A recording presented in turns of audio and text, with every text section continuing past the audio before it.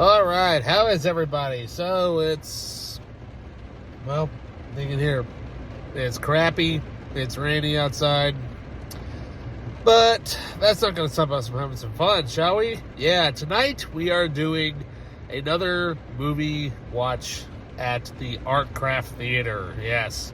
Tonight we are seeing the awesome sci-fi classic Star Trek II: The Wrath of Khan. Yeah, Khan! Basically, in my opinion, this is the Empire Strikes Back of the original series. If you were to literally deal with the first three films. Yeah, I know. I mentioned the Star Wars reference in a Star Trek video. Ooh, yeah. So yeah, with that, it's rainy, it's crappy, so as usual. And so let's go have some fun. But first, some pizza. Yummy. All right, how's everybody? So this evening we had a little fun. Yeah, so we went and saw one of my favorite movies at the Artcraft this evening. Yeah, my dad calls me up and he's like, "Hey, do you want to go see Star Trek?" I'm like, "Yeah, sure. Which one is it?" He goes, "Star Trek II: The Wrath of Khan." I'm like, "Let's go." So we went and saw that, had loads of fun there, and what can we say? I just absolutely love watching this movie. I'm sure I've seen it 1,000 times, but just seeing it in 35 millimeter just gives you, I don't know, just a better, I guess, overall film experience. And you just learn to appreciate the film, more and more as the years go on. But I mean, what hasn't been said already about Star Trek II? I mean, all the quotable lines, the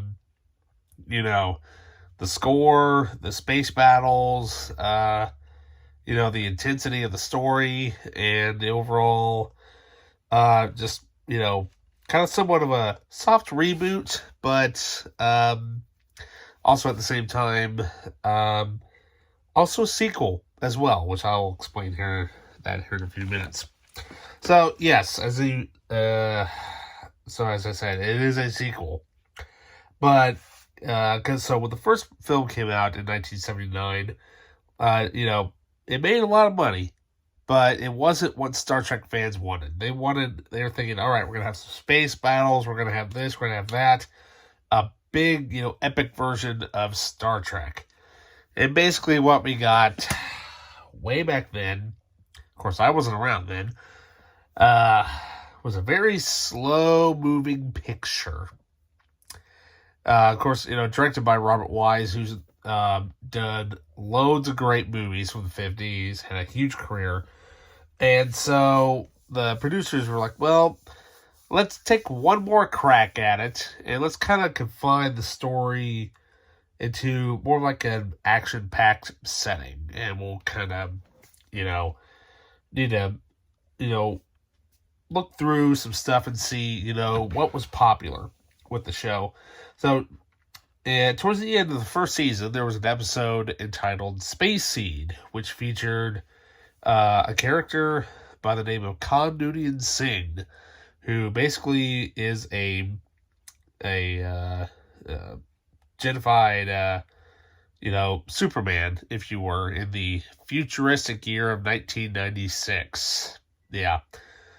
Basically, there was the eugenic wars, which is kind of like basically somewhat of a World War III era type of thing. But so Khan gets sent out, gets disbanded into space on the Botany Bay. And so he and his crew are cryogenically stored on their ship for about 200 years until Kirk and the Enterprise find him, and he attempts to sabotage the ship, take it over, and kill Kirk and his crew. And of course, he gets exiled to a planet called City Alpha 5. And so, roughly about 15 years later, Khan basically wants revenge, and he's been wanting revenge, well, since he was banished on City Alpha 5. And this is basically kind of where this movie kind of takes place. It takes place roughly about 15 years, give or take, after the original episode. And what can I say though? This movie is so good. It's I would say it's the best one out of the entire original run. With, in my opinion, Star Trek VI being the second best out of the original six. So the producers saw a film entitled The Day After, which was kind of like a post-apocalyptic type of film, and directed by Nicholas Meyer, who kind of knows how to tell a story really well. And so he came in and directed this, and he made a lot of changes to it, but it's changes that would actually stick with the original crew through the rest of their theatrical run, which mainly includes the red uniforms there. So yeah, because in the first movie, they had blue and green colored uniforms and whatnot, and white, and it was, off. And so that kind of basically would also just kind of become your generic Starfleet uniform for ever, because they even showed that in Star Trek Generations as well. But what is there about this film that makes it the best? I think obviously it has the best storyline.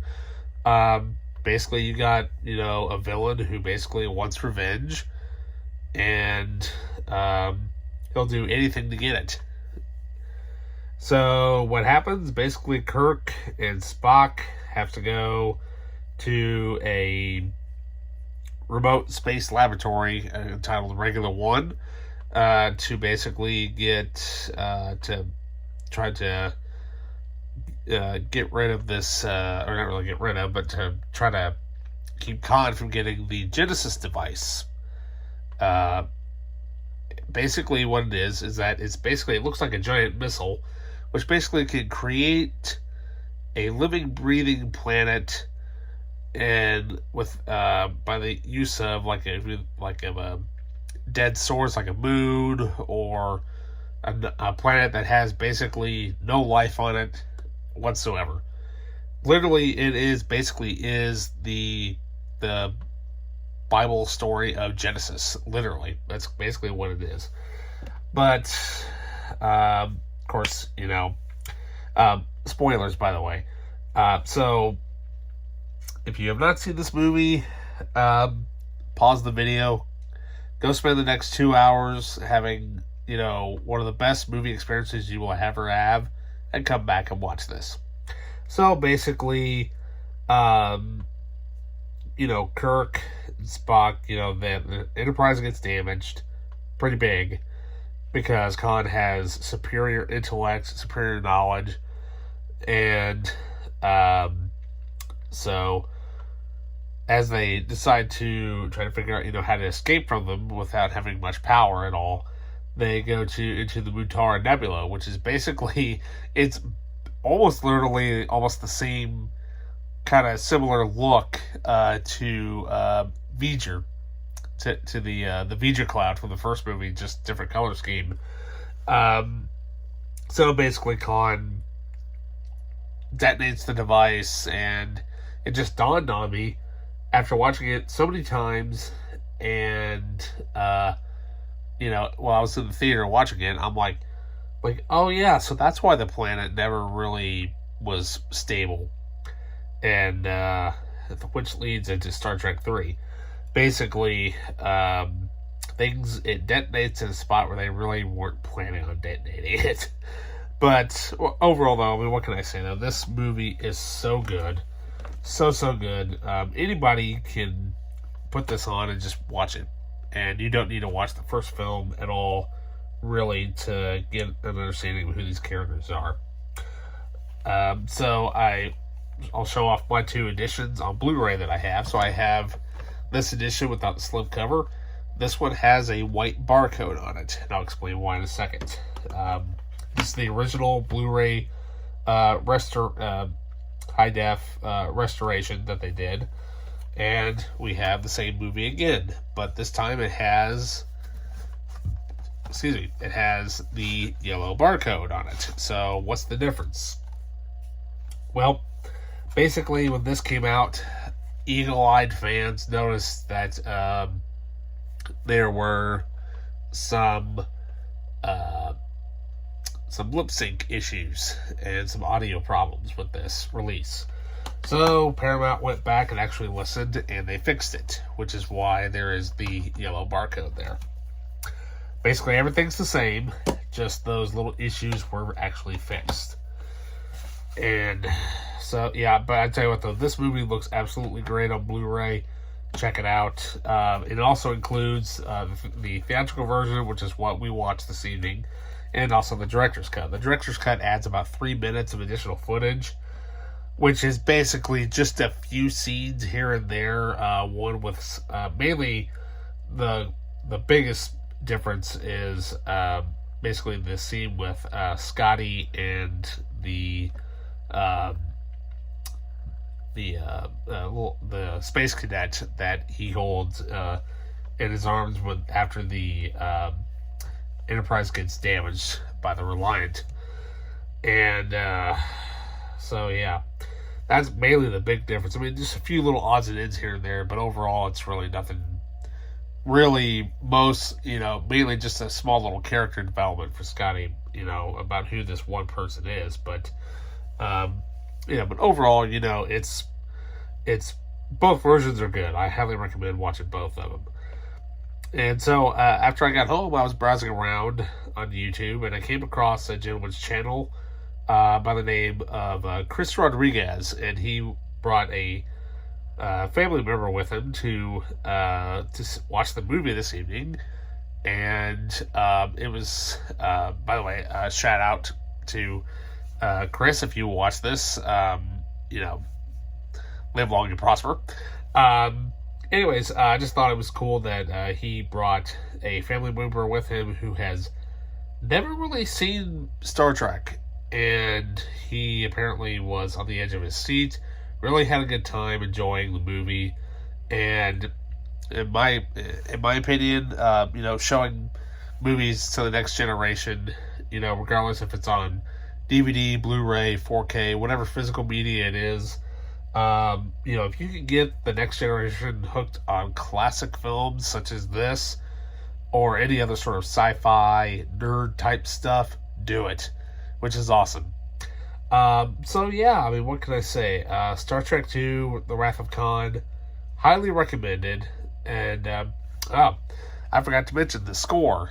This is, we'll just might as well just go ahead and do a small review of the movie and the score itself. Composed by James Horner. This was very early on in his career, and it's really this one, and of course he also did Star Trek III: The Search for Spock. With this movie, he rarely uses the Star Trek theme. It's there in the beginning, and it's kind of somewhat used somewhat towards the end, but other than that, it's a complete original score. It's absolutely nuts, especially with how many violin notes and low tubas and brass horns keep hitting all like these. Looks like roughly about, it sounds like they're repeating about 6 to 8 notes within about 3 seconds. That diddle diddle diddle diddle diddle diddle diddle diddle diddle. Yeah, I mean, James Horner's score is just an absolute must own if you are a Star Trek fan, but if you are a soundtrack collector. I myself don't have it, but I would love to find a copy of it someday, even if it's the original release or the expanded edition. I'd love to get my hands on the expanded edition one day, which features basically the entire score. But what can we say though? And then this was also, just a great movie overall, and it's, obviously the best one, and it's the one that basically everybody kind of just goes to. It's pretty much the go-to to Star Trek, and so what can we say? Just literally 5 out of 5 for me, because it's just so good. so well written by Jack B. Sowards. I'm not sure what else he has written, but what can we say? If it wasn't also for the producer of Harvey Bennett to get this thing back and rolling, who knows where we would be now with Star Trek? I mean, who knows? So, all right. So that does it for me to you for now. Don't forget to like, subscribe, hit that notification button, and with that, yeah. So I will check you guys out later. Also, I'll probably do a closer look at on these two plus my DVD that I have of this and whatnot, and of course the original release. Like I'll do a we'll do a closer look at all the editions of Star Trek 2 that I have, as well as the other Star Trek movies at some point. So yeah, so take care, and I'll see you later.